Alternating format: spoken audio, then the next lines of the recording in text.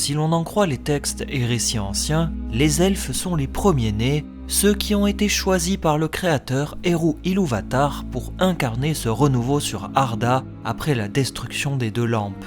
Mais de l'autre côté, ils sont aussi les frères de sombres créatures. Les orques sont nés de la souffrance endurée par certains elfes pervertis par le seigneur noir Morgoth dans le but de se moquer du créateur. Dans cette lutte quasi fratricide entre les elfes et les orques, des héros s'érigèrent en rempart contre le mal pour garder la flamme de l'espoir. Voici le récit de la vie d'un des elfes les plus iconiques et peut-être assurément le plus puissant, j'ai nommé Glorfindel.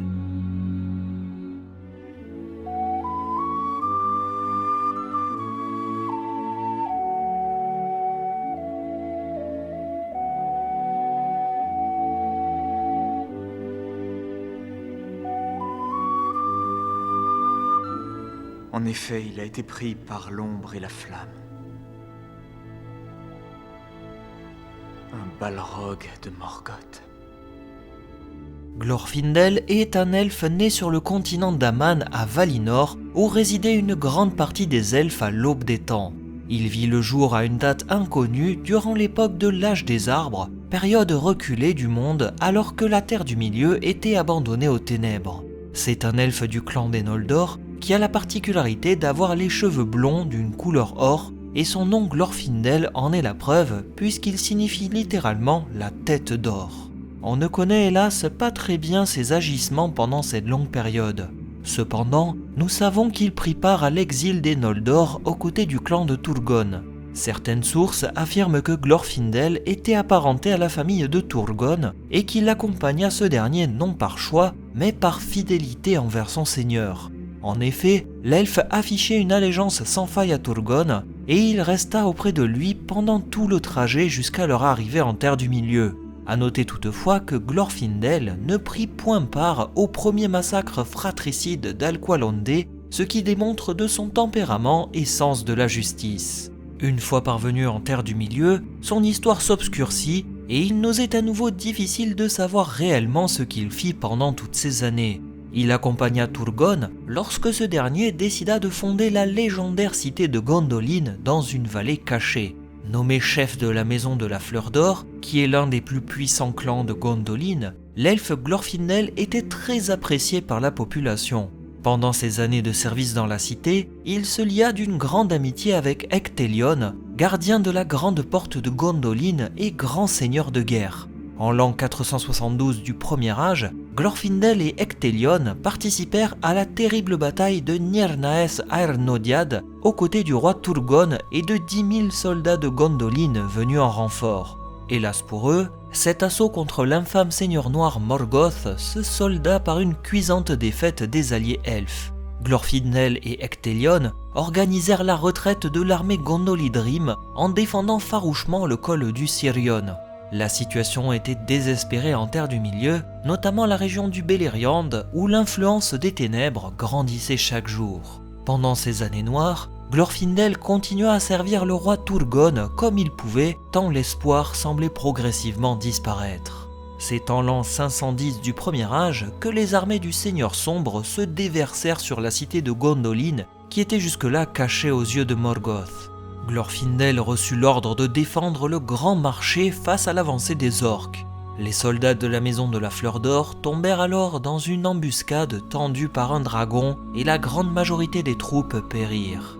Alors que les affrontements faisaient rage, que la cité s'embrasait dans un chaos sans fin, les héros tombaient les uns après les autres. Ectelion fut le premier à perdre la vie lors de son duel sanglant contre le seigneur des Balrogs Gothmog, bien que les deux adversaires soient tous les deux emportés respectivement par la mort. Puis ce fut au tour du roi Turgon de périr lors de l'effondrement de la grande tour de la cité, symbole ultime de la chute de Gondolin. Avec la fumée des dragons, un épais brouillard masqua une grande partie de la ville, ce qui permit à des Gondolidrim de s'enfuir aux côtés de Glorfindel.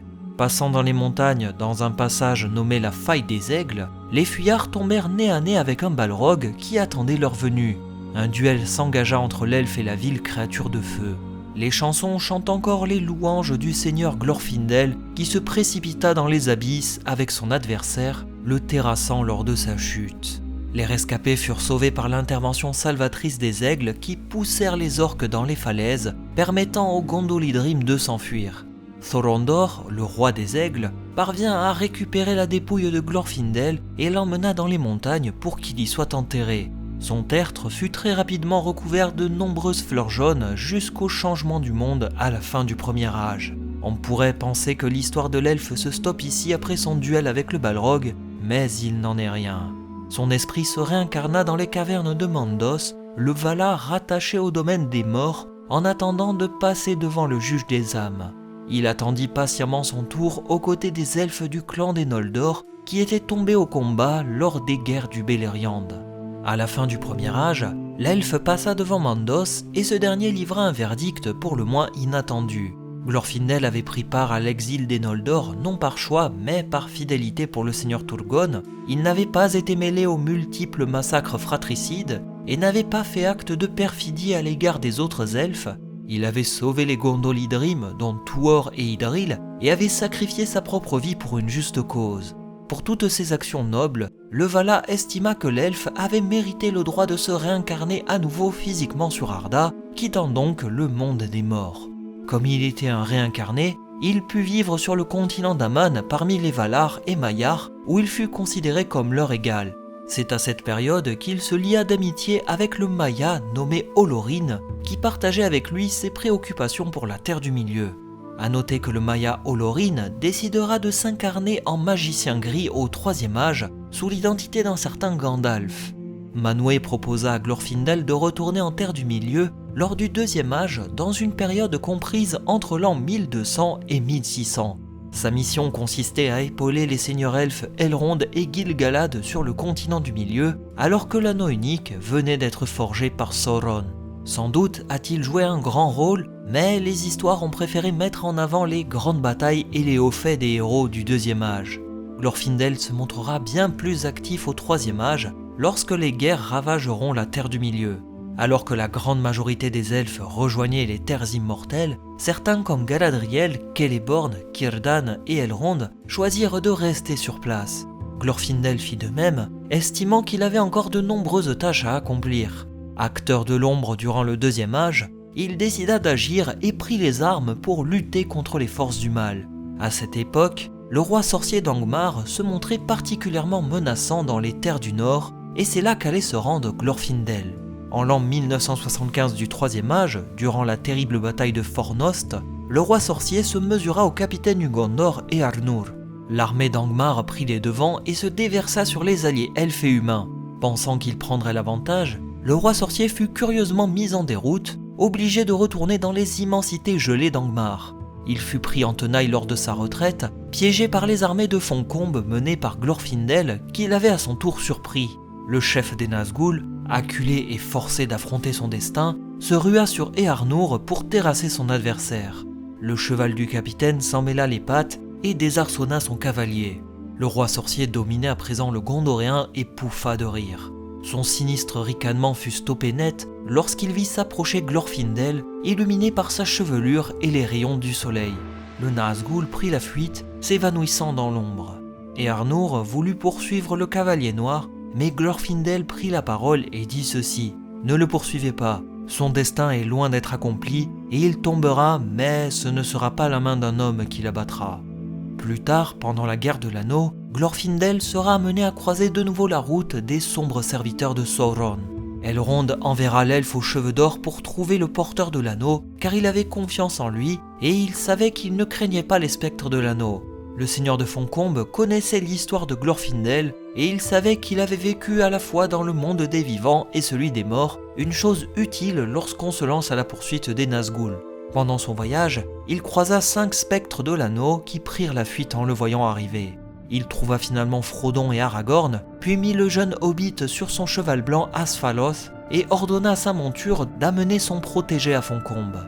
Sur la route, alors qu'il venait de traverser le gué de Bruinen, Glorfindel usa de son pouvoir et fit jaillir les eaux pour noyer les cavaliers noirs. Par la suite, il accompagna Frodon jusqu'à Foncombe afin qu'il puisse être soigné. Pendant le conseil d'Elrond, qui devait déterminer du sort de l'anneau unique, Glorfindel se tenait aux côtés du seigneur elfe et de Gandalf, jouant un rôle actif dans le débat et parlant avec autorité. Au départ, Glorfindel avait proposé de jeter l'anneau dans les profondeurs des océans, mais le clairvoyant Gandalf le mit en garde. Les continents bougent et l'anneau pourrait tôt ou tard réapparaître aux yeux du monde. Il fallait l'emmener dans le cœur du Mordor et le jeter dans les flammes de la montagne du destin, le seul endroit où il pouvait être détruit. Glorfindel se serait vraisemblablement proposé pour faire partie de la communauté de l'anneau, mais comme l'aurait souligné une nouvelle fois Gandalf, sa grande puissance ne serait d'aucune utilité dans une mission aussi secrète que celle de la communauté. La suite de son histoire nous est totalement méconnue et les spéculations vont bon train pour tenter d'expliquer son destin. Quelles que soient ses nombreuses péripéties, il fut néanmoins présent aux côtés d'Elrond lors du mariage d'Aragorn avec l'elfe Arwen. Après cela, sa tâche en Terre du Milieu était terminée.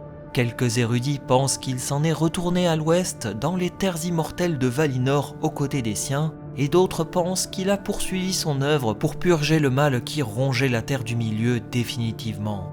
Elfe au destin hors norme, Glorfindel est un être à part dans l'histoire.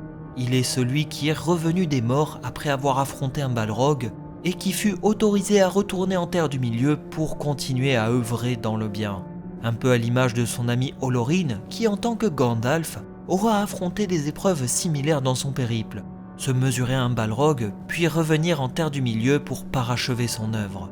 Glorfindel n'en demeure pas moins un elfe honorable, principalement connu comme le sauveur des rescapés de Gondolin, mais aussi comme l'annonciateur de la malédiction du roi sorcier d'Angmar qui périra des mains d'une femme comme le voulait la prophétie. C'est ici que s'achève l'histoire de Glorfindel, elfe aux actions honorables et à la vie extraordinaire. Faites attention à vos actions, elles pourraient peser dans la balance lorsque le moment sera venu.